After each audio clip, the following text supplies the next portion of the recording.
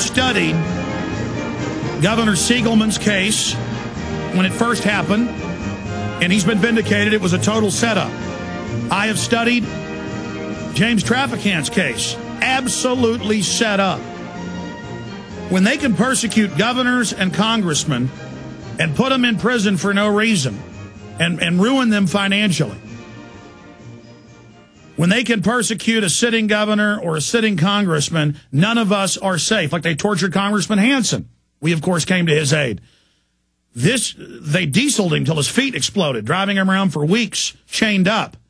This is the type of Hanoi Hilton stuff that's going on. We're going to talk about what happened to Traficant in prison, why it was persecuted, the IRS, what he thinks of the event in Austin, what he's told me off air, if he wants to say that on air. Then we'll talk about who targeted him for persecution and why, and how he's going to be the comeback kid. And hopefully our listeners will support him. We're going to give you an address. He didn't ask for this. I did. I just got his address for people to send him, not campaign money. He's going to run again as an independent, but to get him back on his feet so he can, because they've ruined him and sucked his treasure out of him so he can't defend himself. If this ever happens to me, and unfortunately there's a good chance it will, when I get out of prison, I want people to support me. I'm ready. I understand what happens. Okay, going back to James Traficant. James, you got cut off by the break about how you were the #1 true defender against the criminal IRS. Go ahead. Well, Alex, first I want to say is I know you said that maybe one day when you're off the air, maybe you might have similar type of problems. And I want to say this may be one of the best compliments you'll ever get. I think you would have deserved that because you would have drawn the ire of a government that is completely out of control. And I believe your voice is becoming that strong that, quite frankly, I'm going to give you a little bit of advice now. Be very careful and watch yourself because you are having that kind of an effect. And when people start and begin to have an effect, if it's not singing to the choir, it's a real problem. But having said that, we were talking before about the Internal Revenue Service. And I'm like everybody else in the country, seeing the headline news and the fiasco and the tragedy that struck Austin. But, when you look at the Internal Revenue Service, they have evoked over the years fear and abuse. In fact, they've testified, Alex, before the Congress of the United States that without fear, they wouldn't have their voluntary, quote-unquote, voluntary compliance. Well, let me tell you something. Fear has no place in the Constitution of the United States or in the fabric of American government, and we've got a real problem. Now, in 1998, I was the individual responsible for changing the burden of proof in a civil tax case.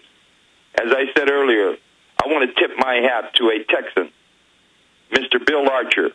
Mr. Bill Archer was the Republican chairman of Ways and Means Committee, and the trafficking language was not in the bill, that reform bill, because the IRS had threatened a veto to President Clinton if it contained the trafficking language. Well, after the bill passed the House, I got a call from Chairman Archer, and he said, we have so much support for your bill that he said he was going to put it in the conference committee between the House and the Senate, and he did. And I honestly believe this, and I want the people of Texas who are listening to hear this, that I believe if President Bush would have named Bill Archer his Secretary of Treasury, America would not be in the fix it's in today. Now, having said that, what the trafficking bill basically said was this. Up until 98, Alex, you had an agency that says, Alex, you owe us $50,000. And you say, my God, how could I owe you $50,000? And they say, well, prove you don't, Alex. The burden of proof, you see, was on the taxpayer. The trafficking language changed that. And in 98, when the bill passed, they did a study 1 year after the passage of the bill, Alex, and they compared 1 year before the passage to 1 year after the passage. And there were three salient points of concern that were covered by their study. The first one was wage garnishment. When the burden of proof was on the taxpayer, there were 3.1 million Americans whose wages were garnished. The following year, with the burden of proof on the Internal Revenue Service, that dropped to 561,000, 3 million less, Alex. The second category was property liens. There were 670,000 the year before, 161,000 the year after. And the final category was individual family-owned homes that were seized, taken by the IRS. The year before, when the taxpayer had the burden of proof, it was 10,073. The year after, it was 57, Alex. One per state when they had to prove it. You see, one of the last measures that I had, and it really was upsetting, and Chairman Archer said he liked the bill. Well, I teamed up with two Republicans, Billy Tozan of Louisiana and Dan Schaefer of Colorado, and it was the flat tax, the fair tax, a straight consumption tax. And let me tell you something. It repeals the 16th Amendment and throws out the IRS.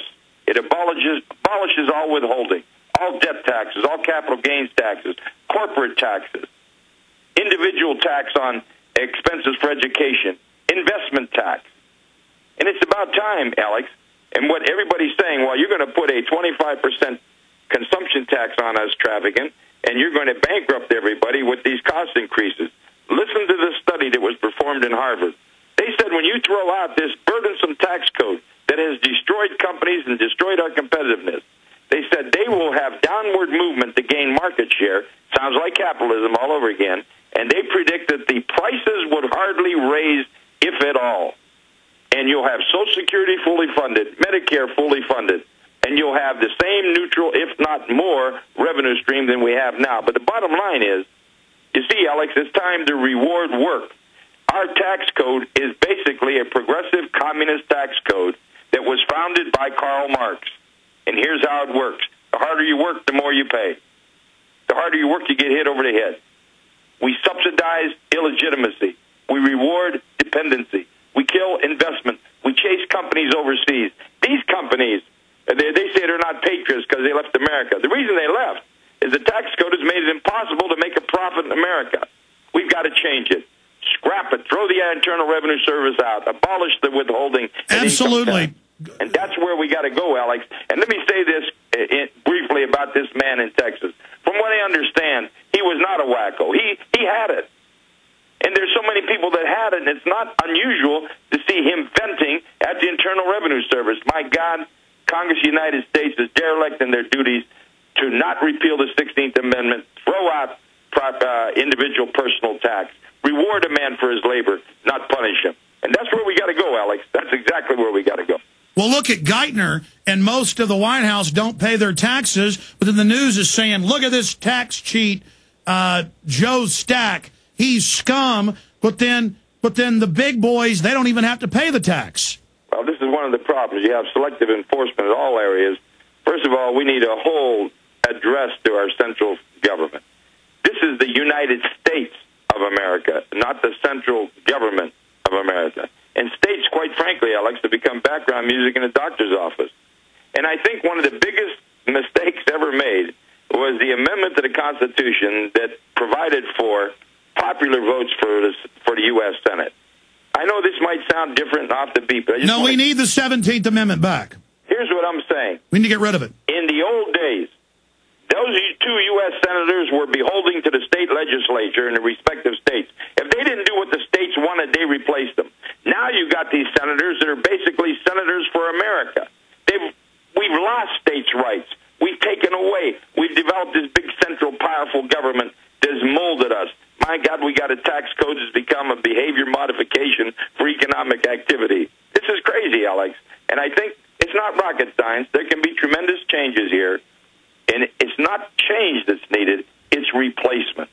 And I think, and I will make this statement on your show, if the United States does not throw out the progressive income tax and replace it with a fair tax, America will implode similar to the Soviet Union. It's just a matter of time with that debt approaching $14 trillion we can't satisfy. We're nothing more than a managed debt economy nation. Congressman James Traficant, this is powerful information, but I also want to get into your persecution, why you were persecuted, who was behind it. Was it the Israeli lobby? Was it the IRS? Was it a combination? We're going to break that down, and how if you can be persecuted like a heretic, this can happen to anybody. But finishing up with the whole income tax, they're raising all these other state taxes, local taxes, federal taxes, everything starting to go bankrupt. Foreign banks are openly looting us. Paulson can give $200 million of bailout money to himself and give himself a waiver, and then nobody even knows why James Traficant went to jail, completely made up. Same thing with governor in Alabama. I mean, this is amazing. But specifically, looking at this, How long do you think America has till it completely collapses if this out-of-control government continues? I think I would say this. I would say I can't predict an exact time, but I will say this.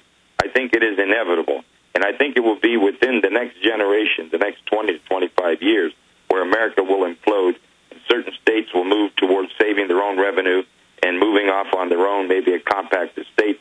I could see a state like Alaska with their own revenue stream, bigger than most of the countries in landmass over in Europe, saying, hey, we're on our own, guys. And I could see this starting to happen. I think Georgia legislature has advanced an initiative stating that they'll collect the federal tax, but they won't send it to Washington. Yes, sir. Let me just add, Congressman Traficant, that 30-plus states are moving to declare Ninth and Tenth Amendment powers, as you know.